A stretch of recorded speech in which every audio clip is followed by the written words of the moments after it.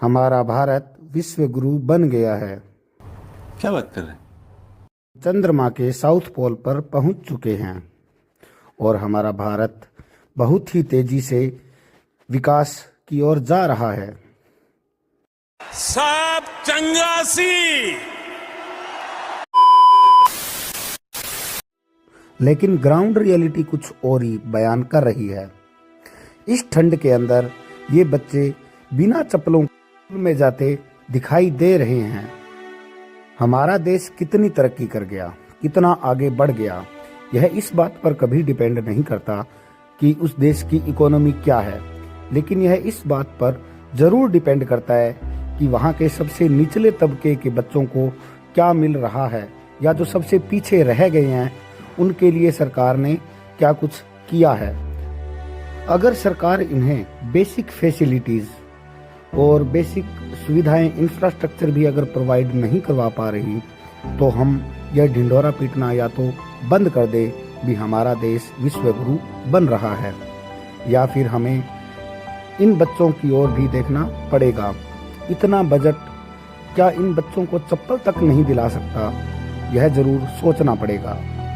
हमारे भारत के मीडिया के अंदर आपको यह सब कुछ दिखाई नहीं देगा, क्योंकि उन्हें तो हिंदू मुसलमान की डिबेट से ही फुर्सत नहीं है। अगर वो देखें, अगर वो इस मुद्दों को उठाएं, वो जरूरी मुद्दों से भटक चुका है। अगर वो इन मुद्दों को उठाएगा तो शायद टीआरपी नहीं मिलेगी, या लोग भी इन मुद्दों को नहीं उठा रहे हैं, इंडिपेंडेंट पत्रकार भी, क्योंकि उन्हें पता है भी इन्हें दिखाकर उनको कोई व्यूज़ नहीं आएंगे या उनको कोई सब्सक्रिप्शन ज़्यादा नहीं मिलेंगे। लेकिन यह देश के लिए, हमारे देश के लिए बहुत ही शर्म की बात है कि आज भी हमारे देश को बच्चे इस ठंड के अंदर भी इस हालत में घूमने को, स्कूल जाने को मजबूर है, क्योंकि सरकारें अपना काम ढंग से नहीं कर पा रही है।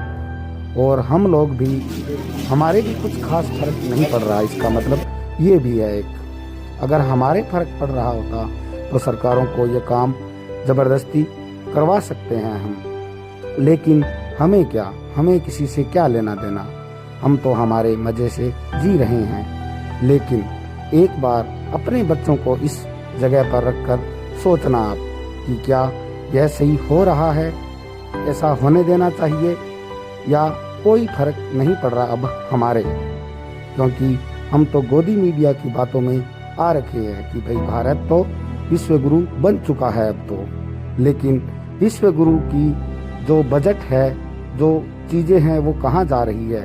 इन स्कूल की आप हालत देखो कि क्या इस हालत के अंदर क्या बच्चे पढ़ते होंगे और क्या इनका भविष्य होगा।